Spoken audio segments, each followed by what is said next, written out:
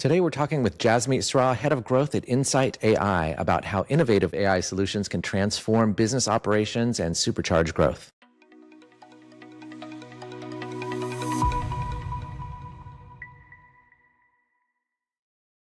Welcome to BeyondSaaS. I'm Jason Niedle, founder of Tethos. We are a growth agency, and for 20 years, we've been accelerating tech company growth through strategy, branding, lead gen, and conversion. So if you're looking to grow, check out tethos.com/podcast for our paper on hypergrowth tactics. Or easier yet, just drop growth in the comments and I'll DM it to you. Today, I'm excited to explore tech company growth with Jasmeet Sraw. He's the head of growth at Insite AI. Insite is a leading AI partner for consumer brands, and what they do cuts across sales, marketing, revenue growth, all the way to the IT teams. And they help companies dial in multiple scenarios and then confidently predict how those scenarios will perform over multiple KPIs. So for example, today they might be modeling how tariffs, essentially price increases, may affect the company's revenue and how adjusting certain factors within the company would solve that. He's known for being incredibly hardworking with nearly 20 years in business development and a wide range of awards, and he believes that great leadership is about creating value and relationships that stand the test of time. Welcome, Jasmeet. Well, thanks, Jason, and thanks for the opportunity. Yeah, I'm excited to have you here. Before we jump in, do you have a quick tip for our leaders, a golden nugget? I think I always say this and say this a lot is believe in what you are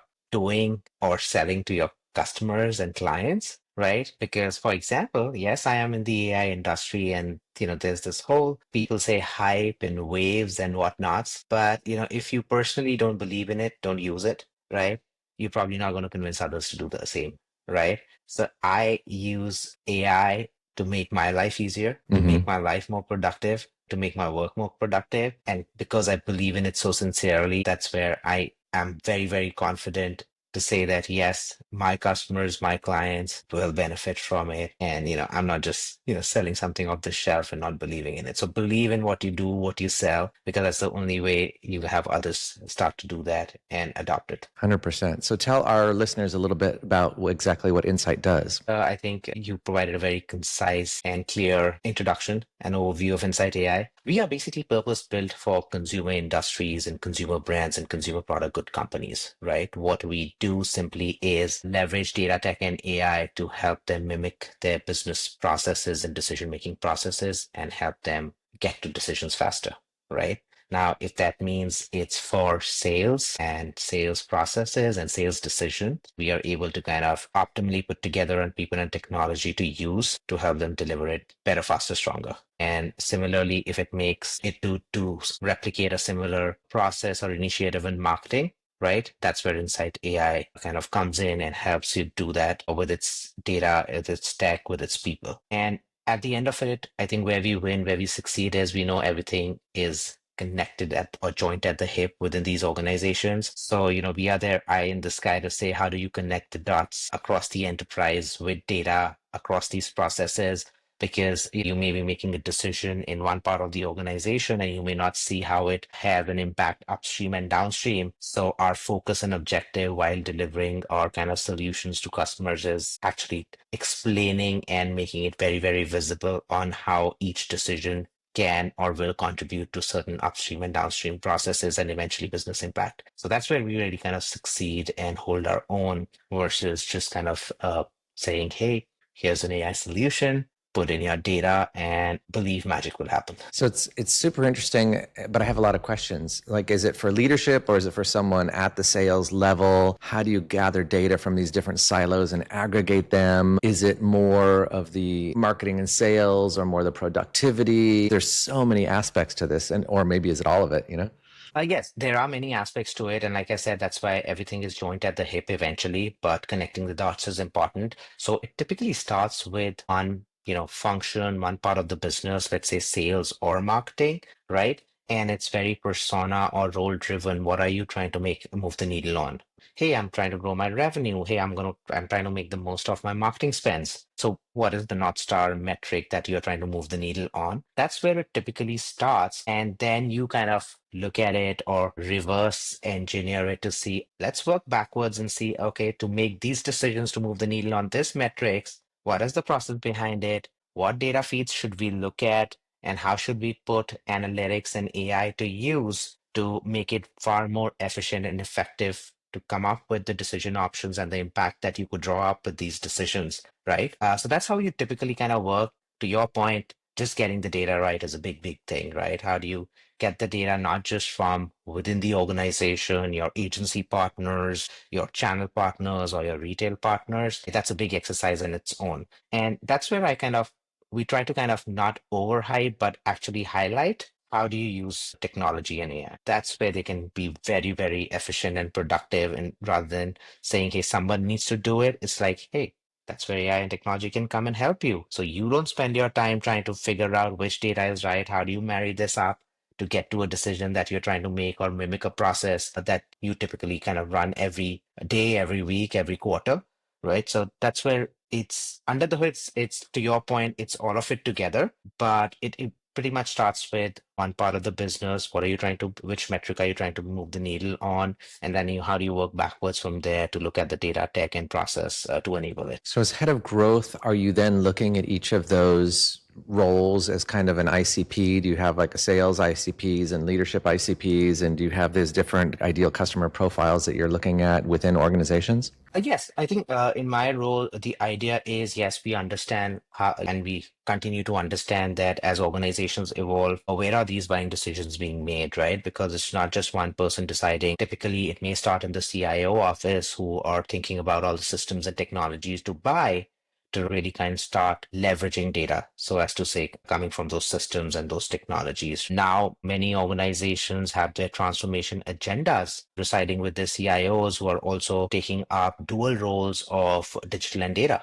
Right. So the CIO organization is hugely and immensely important to us, not just as a buying group, but as a equal partner and stakeholder, even if somebody in the business, let's say a sales or a marketing leader is buying, because eventually we will have to conduit it through the IT organization where the data and systems reside. So CIOs, I would say, are very important. There are many roles that have evolved to be the chief data officer, the chief analytics officer, now the chief AI officer, right? So they become important buying centers and decision makers and equal partners as we work with any enterprise. But then again, we continue to see a lot of questions or needs coming from CMO organization or the chief commercial officer organization, because those are the folks at the front lines really making decisions every day, really working with their end consumers, customers, and clients and saying what needs to be done in the field to kind of continue the momentum with the business, right? So, even though the conversation may start at one end, it pretty much you start to see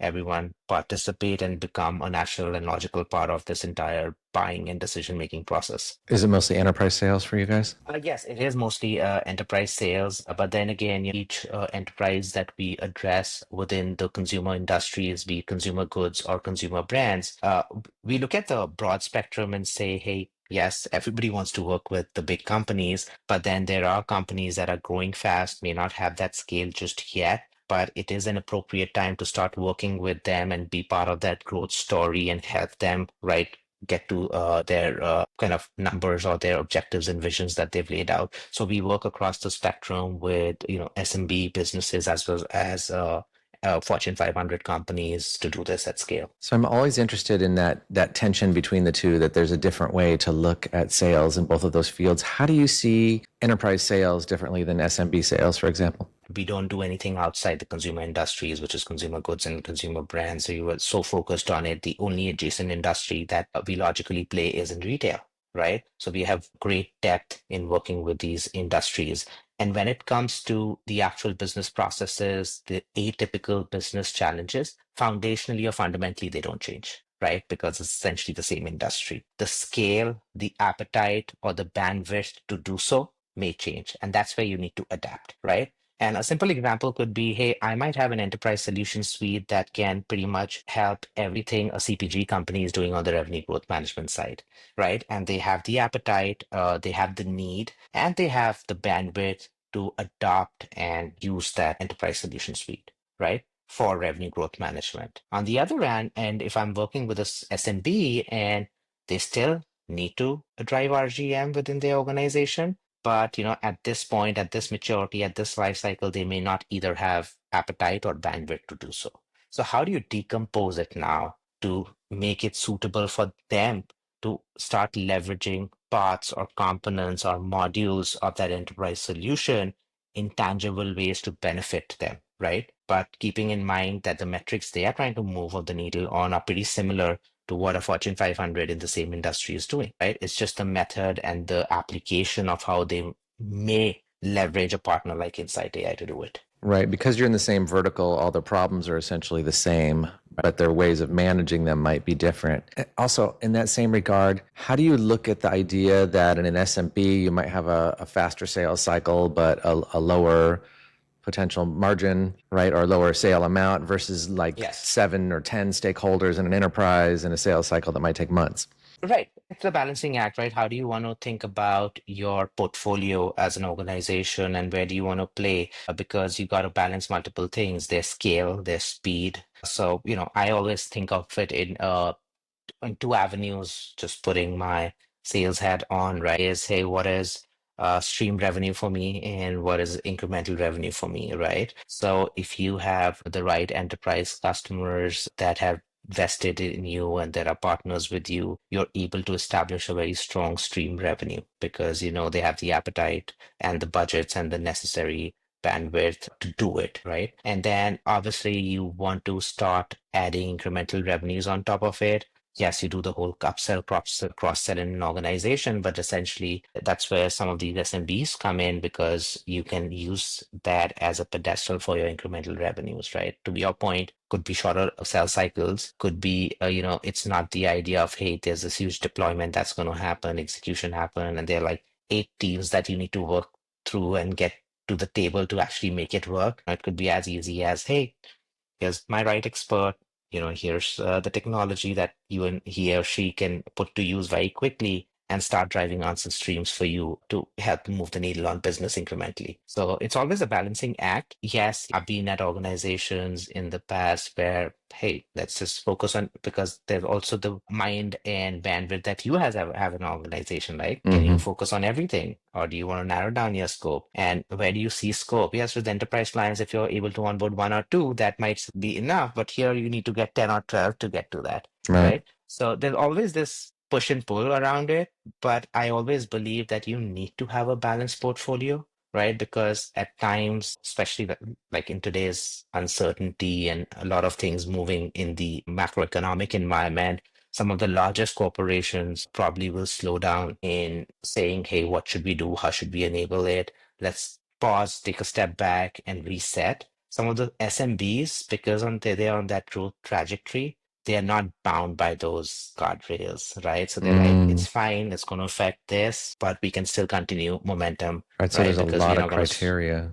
Yeah, there's a lot of Yeah, criteria to so look at. exactly. So it's just having a balanced portfolio, having a balanced outlook on which customers do you want to onboard and how do you want to work with them, but essentially not lose your core essence of who you are to the industry, right? So that's really how I look at it.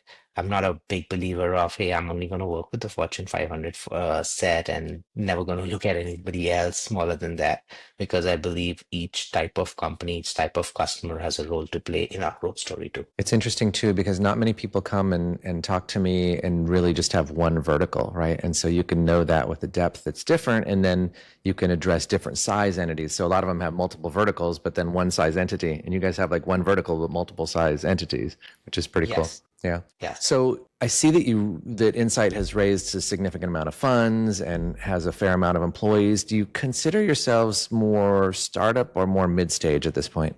We call ourselves a startup because we don't lose that mindset, right? As soon as you start kind of thinking about yourself as a bigger organization, the mindset can quickly change to comfort. We don't want to be in the space, right? We have a long way to go, and we continue to invest our efforts and monies in the right direction and still stay true to our core, how we've grown as an organization. So yes, I would always call ourselves a startup because sometimes people ask the question, you've been in the industry for at least 7 years now. So not a startup anymore. I said it's the mindset, it's not the size. Yeah, Right. right. So then what's your growth goal over the next year? Obviously, everybody wants to increase their revenues and really be profitable. But our focus, in addition to that, is to continue being considered experts in the industry. Right. When you talk to our customer, talk to our clients, we don't want them to think that we've lost any part of our expertise as we've grown. So before we say, hey, our goal is to grow 2 times faster than what we did last year, but then probably dissolve some of our equity, right, in Mm. terms of brand identity or like the expertise that we carry. That's not the case. So yes, number one is, hey, continue to grow as experts and considered as experts by your customer, clients, and prospects alike for the industry to definitely keep the growth story on from a top line perspective, which is definitely one of the areas that is key for me. But the idea there as well is how can we serve uh, or serve more for our customers, right? Yes, we started off with one part of the enterprise. We've, naturally grown with our customers in other areas because they saw our expertise, they saw the success they had with us, right? So the idea is always what more can I bring to the table? So instead of saying, hey, I'm going to go now start working with another industry vertical just because I do so well in one, that's not the idea. The idea is that within the same vertical, what other challenges can we help our customers with, right? And a good example is like within the CPG world, while everything we do, is catering to their core interests, but then digital and e-commerce has become big for these consumer product goods. And for some of them, essentially, it's very, very new as well. So they're also kind of figuring out alternatives and ways and methods to have that as a big chunk of their business, a big chunk of their revenue and growth story. Accordingly, we've kind of thought through and designed some offerings that cater to that part of the business, but still logically connect to what we bring on as expertise, right? So we are always kind of thinking along how we can help customers do more, right, within their businesses as they also look to expand. See, I think that's such a great point because here we talk about almost always external growth when people are talking about marketing and sales. But you're essentially getting to the point of you're in with these companies that might be really hard to get into. You have someone who's successful and it's working. Why wouldn't you expand internally, right? And so if it's about retention and expansion, you can have rapid growth that way, almost easier in some ways than going and finding another enterprise organization. I was just going to add that even when you go outside to newer customers, right, and if you're not talking about the newer set of challenges that the industry is facing, they might kind of wave you off as saying, oh, they do only this and they're great at this, but they don't understand where the industry is moving because these are the newer set of challenges I'm taking on head on, right? Let's say expansion into marketplaces and e-commerce retailers, or even the fact that hey, everybody knew things are going to change from a tariff perspective, etc., right? But nobody's told me how should I incorporate that or start thinking about it from my data, from my Mm-hmm. decision making point of views, right? So if you're not thinking along, even getting to newer customers becomes harder because you can't just keep rinsing and repeating the same story over and over again, right? So you got to Yeah. kind of stay abreast and stay ahead and proactively determine that what may be focus areas tomorrow might not be and may become critical versus today, which are just run of the mill and more operational in nature. You just made me think of something as a marketer. I feel like today is the perfect opportunity because as we record this won't be launched for about a month, but as we record this, the tariffs just hit yesterday. And it's like the perfect opportunity to reach out to everyone in a way and say, hey, here's some ways that this might work to model things for your new future, for all of our new future right now. And it's really interesting way to see everything in that they have this super powerful tool, but they may not all know all the ways that you can use it. They may not know ways that it can be expanded within internally. Like it's fascinating. Yes, and I think it's just not like the current situation around tariffs, etc., but it's also things of certain nature have happened in the past which nobody expected. So when we've worked with our customers, we've always kept that as a area to keep in mind when we are either working alongside them, deploying solutions for them, or designing solutions for them. We are always saying, hey, look at the forward-looking view.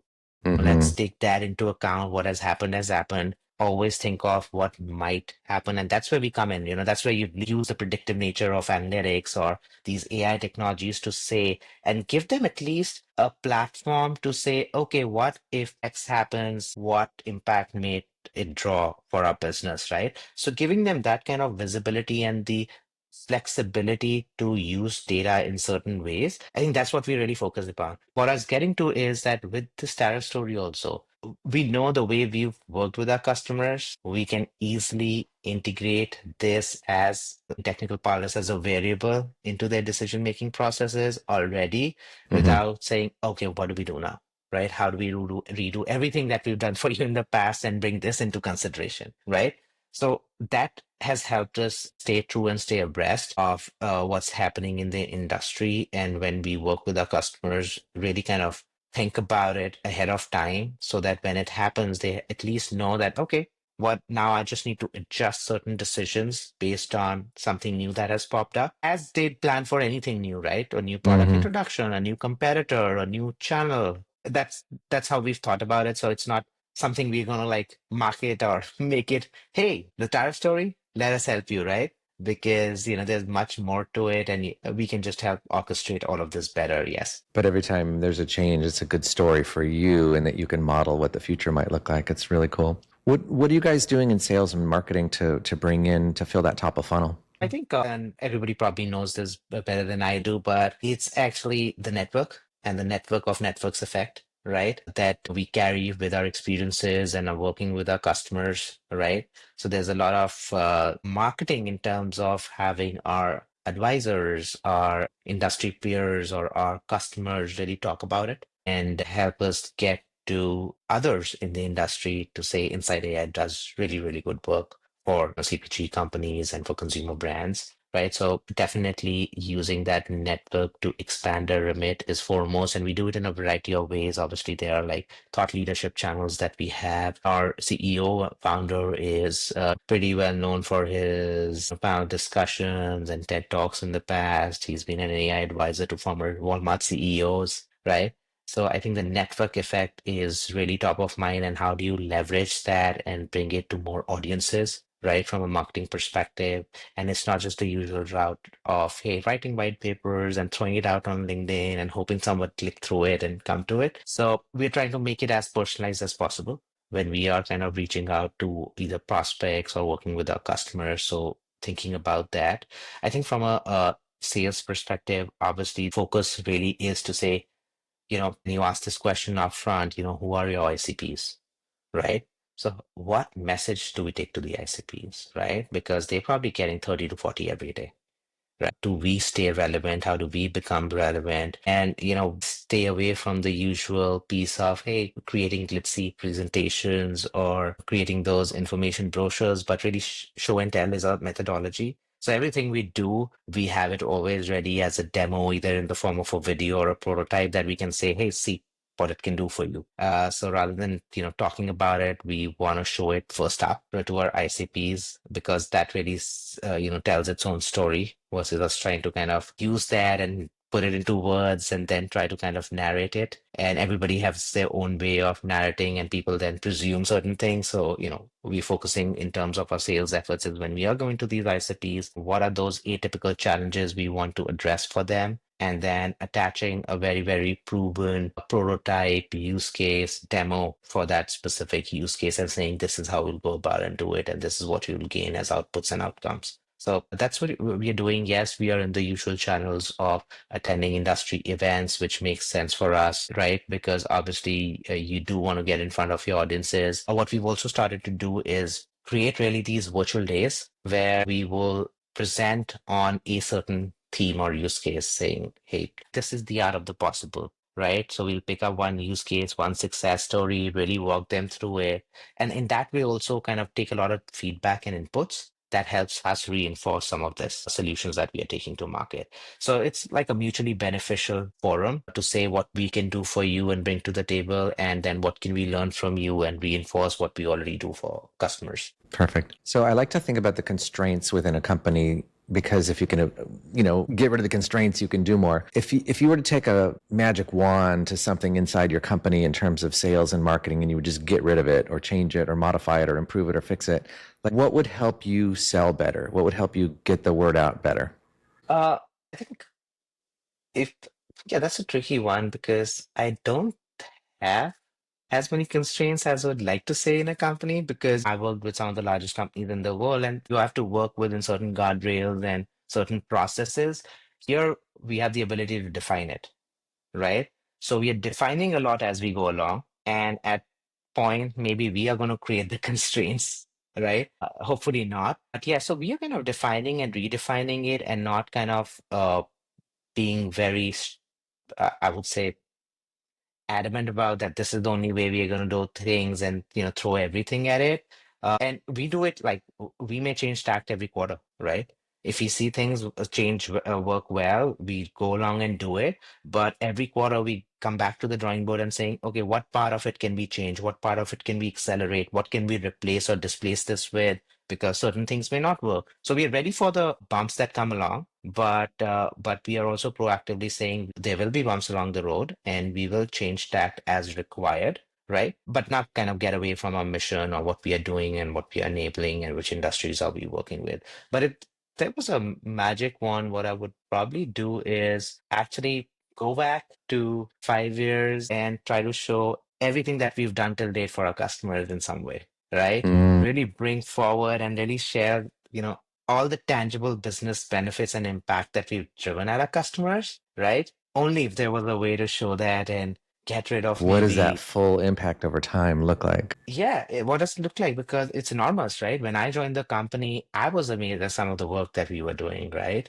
Because I've been in the consulting industry, both from a technology provider, services provider perspective. And yes, those companies did great things. But when I came over to Insight AI and I saw the work we were doing and the impact that we're creating, I was like, we've not told enough of this to the world. We've Mm, got to tell more of it to the world, right? And probably shout it off. Yeah, that's sort of me. Like if the magic wand can allow me to shout it out from the top of my roof, I'll go do that. there you go. Is there something in sales and marketing that's working really well for you right now, or that used to work and now it's not working so much? Is there anything that surprises you? I think we've tried quite a few things in the past, right? But what we've done well, I would say, is not try to do everything by the book. We've done certain things which are fundamental by the book, which was great early on. But I think as we've grown, as we've evolved, we've changed tack, like I said, and we've also kind of changed processes if necessary, wherever necessary, and even said no to things that haven't worked in the past and were still in the book, saying you still should do this, right? You should still spend money on these platforms and these forums. We're like, no, if it doesn't work, it doesn't work. It's fine. We can come back to it always, right? But that doesn't mean I have to spend a large part of my budget just because the world does it. So I think that's kept us in good stead, right? And I think I'll give credit to our uh, CXO suite, and they've kind of said, hey, okay, it's okay to fail, right? And if you failed, it's more important to say no to that and try something else rather than trying to kind of dig yourselves deeper into some hole. So I think that's been really great about how we've gone about both from a marketing perspective and sales perspective. Awesome. I want to go back for a minute. It triggered a thought. I'm sure our listeners would love to hear, like, how do you do those quarterly adjustments? Do you jump in a room or a Zoom with the team for half a day? You said you adjust course or look at it every quarter. Like, what is the mechanism? How does that work? I think it's constant feedback flowing through the organization, right? Like, I would go to my CEO and say, hey, why don't you go evaluate, what I'm talking to customers about? Does the message resonate with you if you were on the other side of the table? A lot of our team members actually come from the industry. So going to them and saying, hey, what if I said this to you? Would it work as a message, or do you think you'll hear it otherwise? So it's that constant feedback flowing through the organization and incorporating into, our messaging, discussions, our presentations, our brainstorming with customers. And we're saying, okay, if we're getting positive, negative feedback, let's incorporate it, let's use it. So I think there's this constant feedback stream in the organization naturally, that helps us stay true and change tact accordingly, right? In terms of formal feedback, yes, we don't want to be like come across as someone today and something else tomorrow. It's just the way we are delivering it to the market that might need adjustments, right? And those adjustments is more, I think, inward looking rather than saying we are gonna not be present to companies on this platform versus we are going to go invest more in the other platform. It's not outward, it's more inward on, how we are messaging, how we are delivering the message. Are we kind of being in depth? Are we being focused and targeted in the areas with the audiences that we want to speak to in the industry that we operate within? So those are more inward adjustments than anything which is more outward. So you're head of growth. What is your growth philosophy that you can share? Like, what is the core of that you can share with other tech leaders? If you're able to make a relationship, and maybe you have a great relationship with someone and it doesn't turn out to be a transaction, that's fine because I strongly believe at a point it will be, right? Because if you have been able to establish the relationship, a business is easier, right? Versus looking at the transaction first and then trying to say, okay, now I'm going to build it into a relationship because there's business there. Hmm. And so I always believe it's okay if I don't have business early on, but I rather invest in the relationship because the business will come if somebody trusts you. Yeah, well said. So you're working with AI every single day. What should we know about AI ahead, particularly as it relates to growth? And I know we could talk for hours about that, but how do tech companies today, how can they use AI to grow better, grow faster? Yeah, I think it's the speed to insights and speed to information now, right? Earlier, if you were researching your target audiences, your target companies, right, you would have either be working with external partners or be working through a lot of external reports to orchestrate that information and really make sense out of it. I think AI helps us deliver that much faster. Obviously, you need to keep an eye for the information that it's giving you, and you need to kind of be thorough with what you're producing. But I think that's where I see a great level of productivity and efficiency in speed to information and speed to insights, right? And even smaller things like when you're prepping up for meetings with newer prospects or newer companies and really understanding what are they talking about in the industry. So, I think that has in the whole growth part of it, I think that's hugely important. AI is delivering speed to insights and speed to information far better than where we were, maybe just even like 12 months or 18 months back. I think that's definitely one. The second part is on the creation side, right? What do you want to represent in terms of information to customers in various forms and formats? I think that's also become far easier, much more relevant, right? Because you're able to do so much with so little now. So I think, and that kind of helps you spend time and building that core expertise and being very depthful rather than just being on the surface about everything and saying, hey, this is how you talk about certain things, represent certain things, and show it to your customers and prospects alike. So I think on that part, I'm seeing like on the creation side, it's far more easier to do it, right? You can really spend time on fine tuning it and refining it in terms of the expertise, right?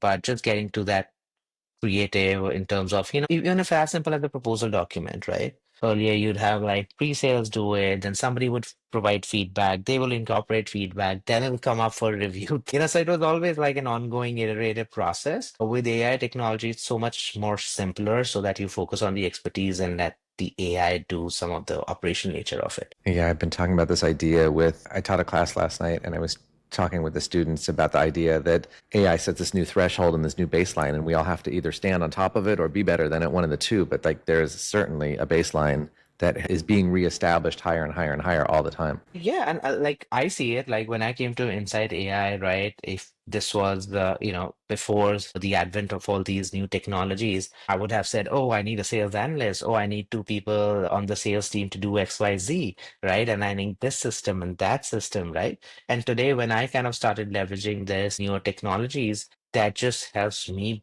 be so much better, right? And then just like as you create your team, you create your team for the right things. Then you actually have people who only focus on customer success or relationship managers, right? Mm. And not people who are digging up information, putting information together and creating beautiful presentations, right? So I think a lot of that is gone. Like you said, you have to be on the baseline or above it, and certainly kind of keep moving along the curve because otherwise, the pace at which AI technologies are growing, some of us can become redundant very soon. And it's not the idea that it's going to replace you, it's just going to supersede you in terms of the pace at which it's growing. So you got to stay abreast, right? Not the other way around. 100%.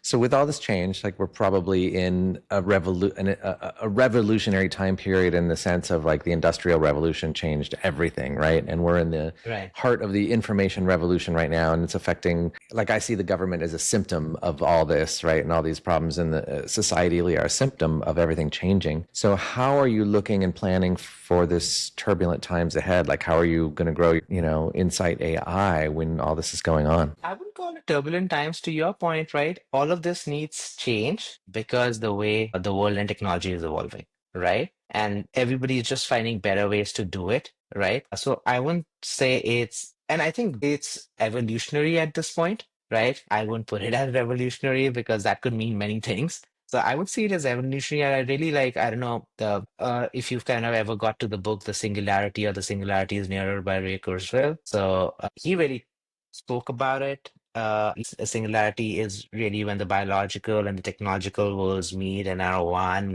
that's like the nirvana state. And when he wrote the first part of it, he thought it's going to happen somewhere in the 2040s or 2050s, right? In his latest version, which is Singularity is Nearer, he's saying it's going to happen in the 20s. And Hmm. it's not just he's saying it, he is illustrating it with examples from our real world. And when you read that and you say, oh, yeah, I see that happening. So this is true. This is becoming true, right? Because even Ray, who's the author of the book, he's saying is, I made a mistake saying it's going to be 2040s, 50s, because I already see certain things I anticipated in 2030s already happen, right? So it just kind of reality strikes you, and then you don't think about all these changes around you as turbulent times, right? You really start to see, oh, this is evolution, right? I need to change. I need to adapt. I need to learn Mm. faster. I need to start adopting some of this because it's just going to help us become better. So I always kind of refer to this book because, and it's not just at like technological levels. He actually talks about it at global levels. He said there's going to be a point where crime will go down, wars will go down because the technology will enable so much fulfillment in terms of just your basic needs that people don't need to fight over it, Hmm. right? Over food, over clothes, or basic income, right? So it's going to alleviate us as a civilization too. So there all these benefits coming is just about how open are you to accepting, anticipating, and adopting versus saying, hey, something wrong going to happen with this if I do this. It's an evolution, not a revolution. And how open am I to evolve? Yeah, and that's the same way with Insight AI, right? We definitely, know just from an industry perspective, what are the core challenges any typical consumer brand or consumer good company faces, right? And, with predictive analytics and AI, we also kind of forecast of what may happen, right? But if you don't continue to evolve that and thinking that this will solve for all the problems, and that's why I said I rather spend time on expanding my remit within the current industry, within my current customer, on what more can I do for you versus saying, oh, let's go start working with banking and financial services, right? So yeah, that's really what we are focused upon, right? And that's why kind of continuing to add layers which make sense for our customers, for the industry that we operate in. I think that's really the focus. Well, Jasmeet, this has been really fun. Where can our audience find you? So yeah, pretty active on LinkedIn. I strongly believe in that platform. I think it's just not about making connections, but actually interacting there and sharing what you think may be helpful for other professionals, the businesses, your industry peers. So certainly that's one way to find me. Otherwise, always looking for a good conversation in sports, right? And protecting my California teams and, saying they're the best. Awesome. Jasmeet Sraw, SRAW, and that's at Insite AI, INSITE.ai. Jasmeet, thank you so much for being on Beyond SaaS. For leaders in mid-stage tech looking to grow, we drop episodes twice a week on Tuesdays and Thursdays, and you can find me, Jason Niedle, at tethos.com. That's TETHOS.com, where, of course, you can grab that free report at tethos.com/podcast. And, of course, drop any questions, comments, all that below. We really appreciate that. And until next time, this is Beyond SaaS.